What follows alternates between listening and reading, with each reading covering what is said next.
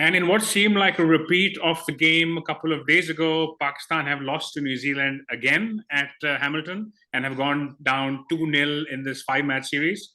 Welcome to the shiny side. I'm your host, Faris, and we have with us Imran, who looks like he wouldn't look out of place at the pavilion today if he was on that show with Wasim and the boys. But how are you doing, Imran? I'm good, Faris. How are you? I'm very well. Just kind of absorbing the game. I actually caught every single ball, so it's one of those things where you just I guess feel it a bit more. But before we get into the Hmm. thick of things, do you want to do the 33 Okay, second summary of the day? sure. So, like you said, a repeat of the previous game in a lot of ways, starting from Pakistan winning the toss, choosing to bat, going in with an unchanged 11. New Zealand came in all guns blazing like they did in the previous game. Finn Allen got a quick fire 70 odd. They were, I think, 60 plus in the power play, and from there on, they kept going at quite a good run rate. Pakistan pulled things back towards the later part of the innings. I think over 14 onwards, we pulled things back a bit to quite an extent. Eventually, New Zealand ended up with 194, which is about 30 runs less than what they got in the previous game, but still a tough target to chase. We didn't have a good start. Unfortunately, lost two quick wickets. Simon Yu going in the first over. But then Babar and Fakhr, probably the brightest part of the game for us, a brilliant partnership between Babar and Fakhr. Fakhr scored a 200 run strike rate 50, but then once Fakhr went, there was nobody else who could stick in around with Babar, and eventually Babar himself fell trying to up the scoring, and eventually we lost by about 20 odd Ooh, runs. 55 seconds, about 20 seconds over. So I guess starting at the top, right? So at the toss, it clearly looked like we didn't have the best 11 last time around.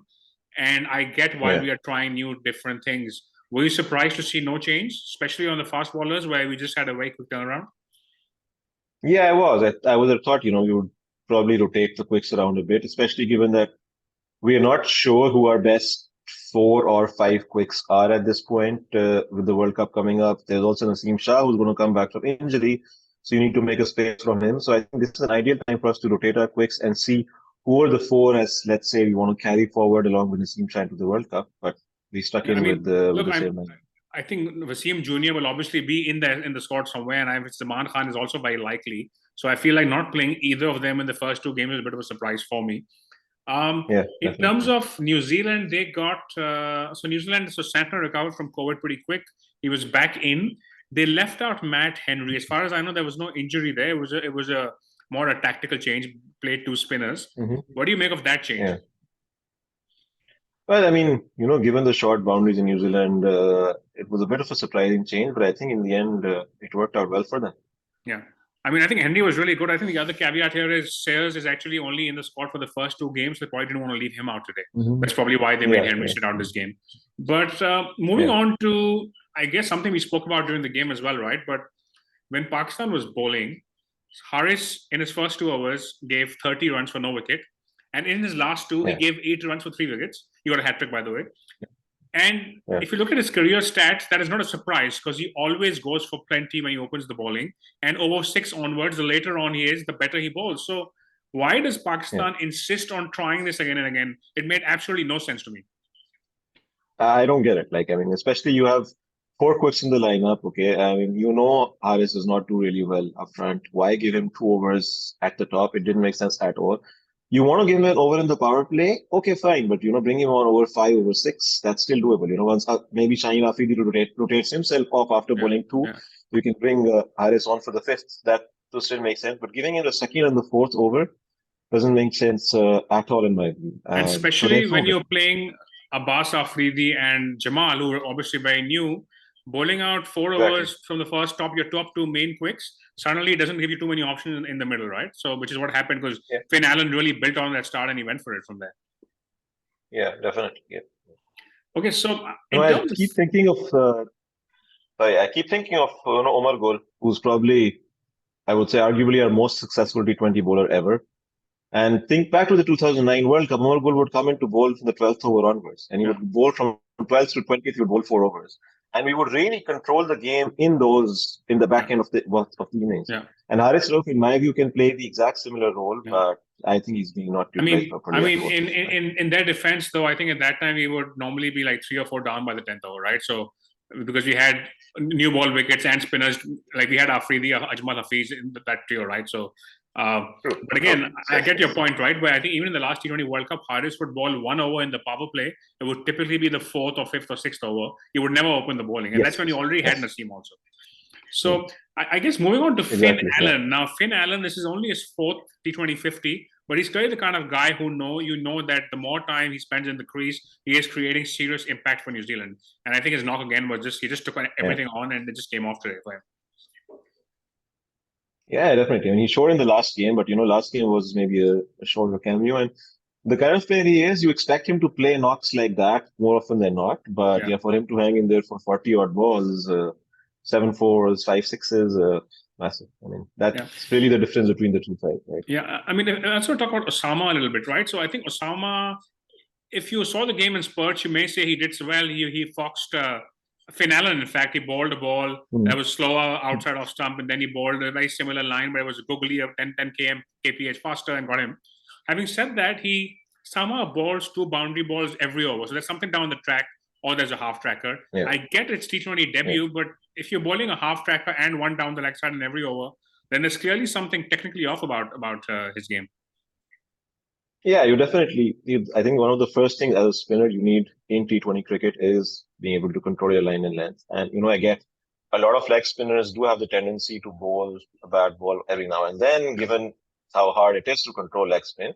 But you can't afford that in T20 cricket. If you can't do it consistently, if you can't put 6 balls at a good line or length in T20 cricket, you can't afford to be playing. Because one bad ball, you go for a 5 6 singles in the over, and that's it, right? So in fact, very you often really cannot afford that.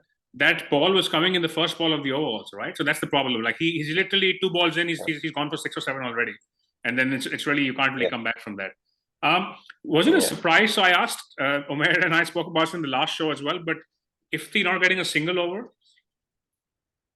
It is a big surprise, right? You cannot, and you guys were talking about this in the last show, you cannot be successful, I think, in a T20 game without having 6, if not 7 bowlers with you. Yeah. And again, no attempt whatsoever from Shaheen to mix things up. He kept stuck with a script, did not change things around a bit. Yeah. Like, I'd bring Ifti on, maybe give him over in the power play. You just need to change things around a bit. And again, that gives you options at the end. So it's perplexing why Ifti isn't bowling. It almost feels like we're doing the same show again, right? But that's the kind of performance it was, because we spoke about this, right? You always give your 6th bowler an over to, even if things are going well. So you have options at the end. Exactly. And apparently Simon Youp can also bowl. So I haven't seen him bowl, but could be. I think he spoke about it to Cricinfo at the beginning of the game, about his batting, and then he said, yes, I can bowl as well if needed. So apparently we have another option in the 11.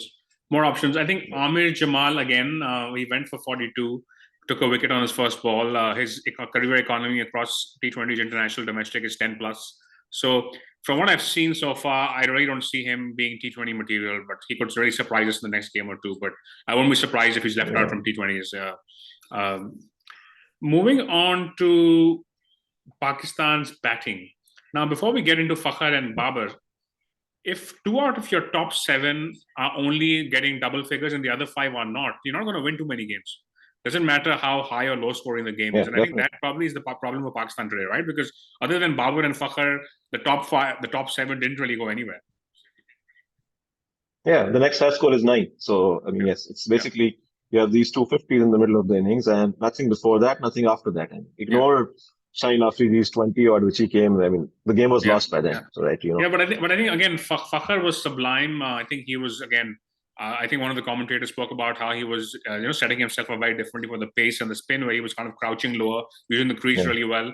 And 50 off 25, I think, even though this is not his typical position, but I feel like at number 4, given the amount of spin he gets to face, I think it's a really good spot for him, provided Simon, Rizwan and Babar can kind of start well at the top. But what do you make of Fakhr's batting today?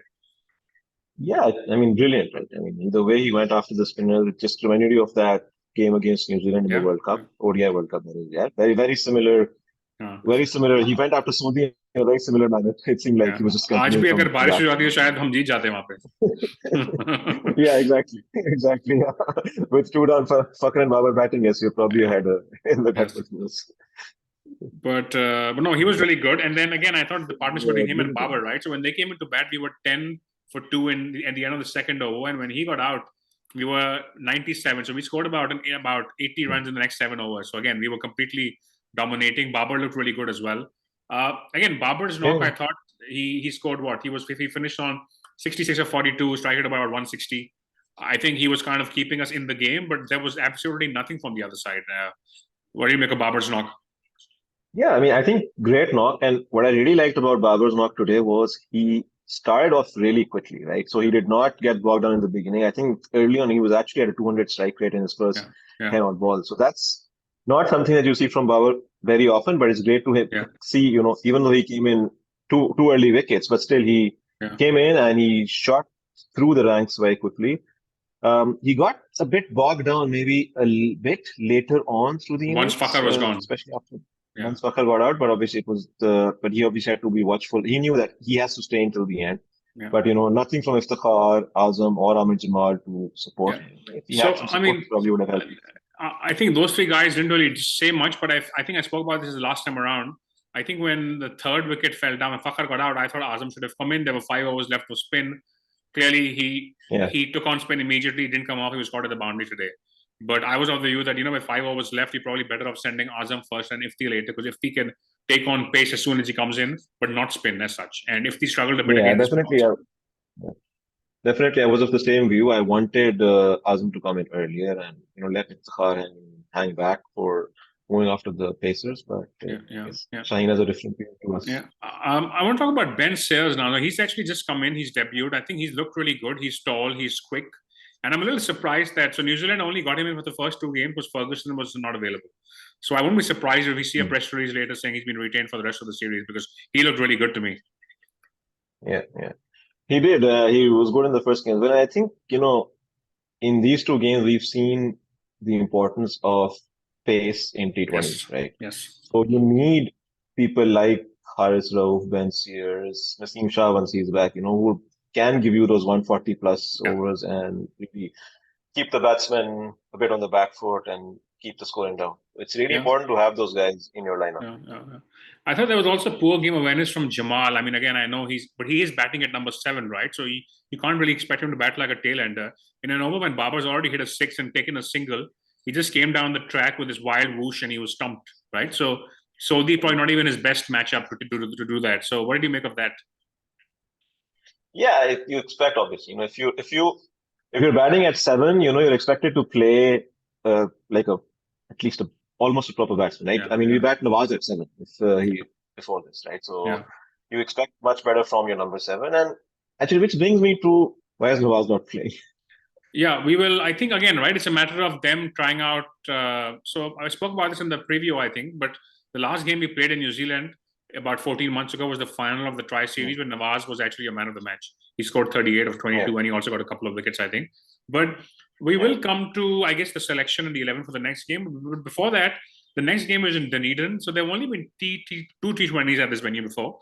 Sri Lanka last year were okay, 141 all out. Milner got a 5-4, and then New Zealand chased it down, won by 9 wickets with 5 overs to spare. Uh, they played Australia here a couple of years ago. New Zealand made 219 and they won by 4 runs only. So clearly, okay, even if you score big, it looks like it could be chased down. It's a day game, yeah, so generally speaking, in these day-night games, they say the later it is, the easier it is to bat typically. But it's a day game, so none of that stuff will come in. If you look at what changes Pakistan can potentially make for this game, and you've already kind of hinted at one, but I'm just going to put up the squad. Uh, sure. and so on your left is what you see is the 11 we're playing today.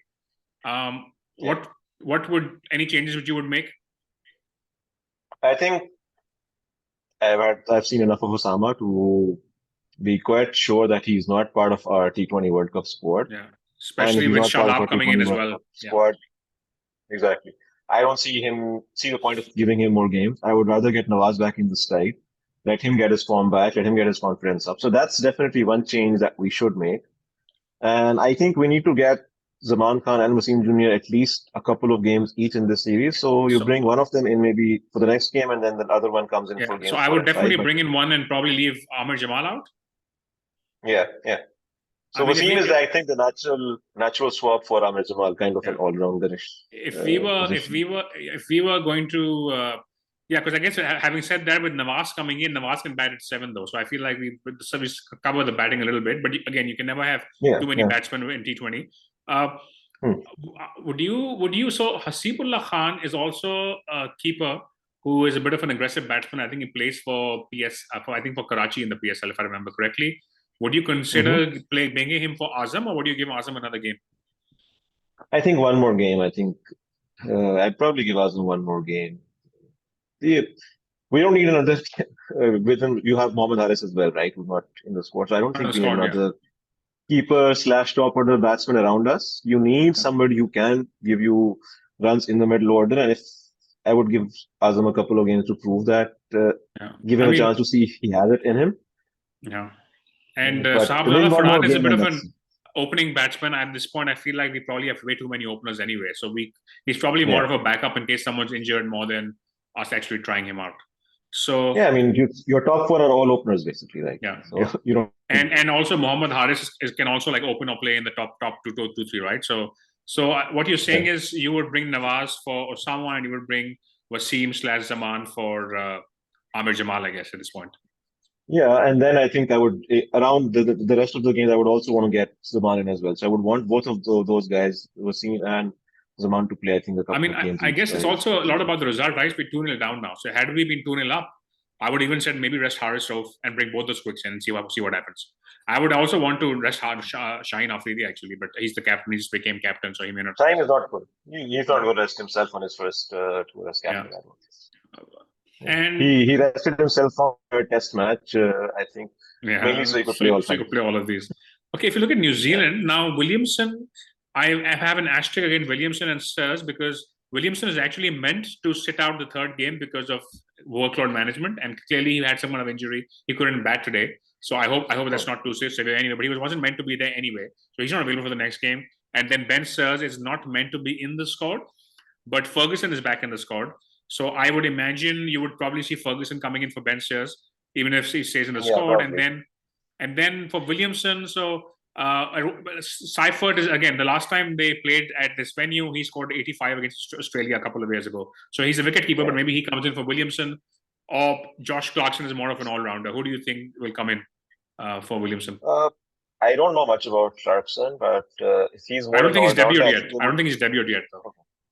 yeah, but they'd probably be looking for more of a specialist batsman to take Yeah. Williamson's place, so they get Seifert in. Not sure how he bats, but probably move Mitchell up to 3 and get Seifert in the lower order. Okay, and by the way, those of you watching, if you have a view on what 11 Pakistan or New Zealand should go with, please leave a comment. And while you're at it, please like the video and subscribe to the channel.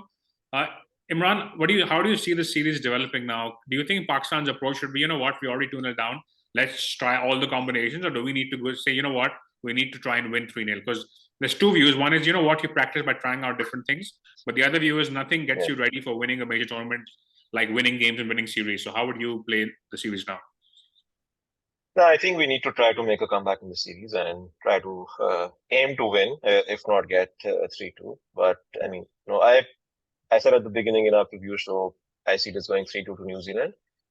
Given the way things stand, I think it'd be quite a strong performance for us if we can pull this back to an end with a 3-2. But I want us to try and make a comeback in the series as much as we can. And I wouldn't say that it's a lost cause and let's try and experiment. I wouldn't go that approach. And predictions for Dunedin? I think we're going to come back and win. Okay, good stuff. It's an early start, by the way, those of you watching. So it's 5 a.m. Pakistan time, 3 a.m. for you and Bahrain, Imran. It's a day game. So just good luck. Good luck with that. I'm not waking up at 3 to watch it. Yes, but wake up to the you're going to miss out on a Sam special, but you heard it here first. But thank you for being on the show, Imran. My pleasure, Faris. Happy to be here. And for those of you watching, we'll be back after the third T20 on Wednesday. In the meantime, stay tuned for the shiny side.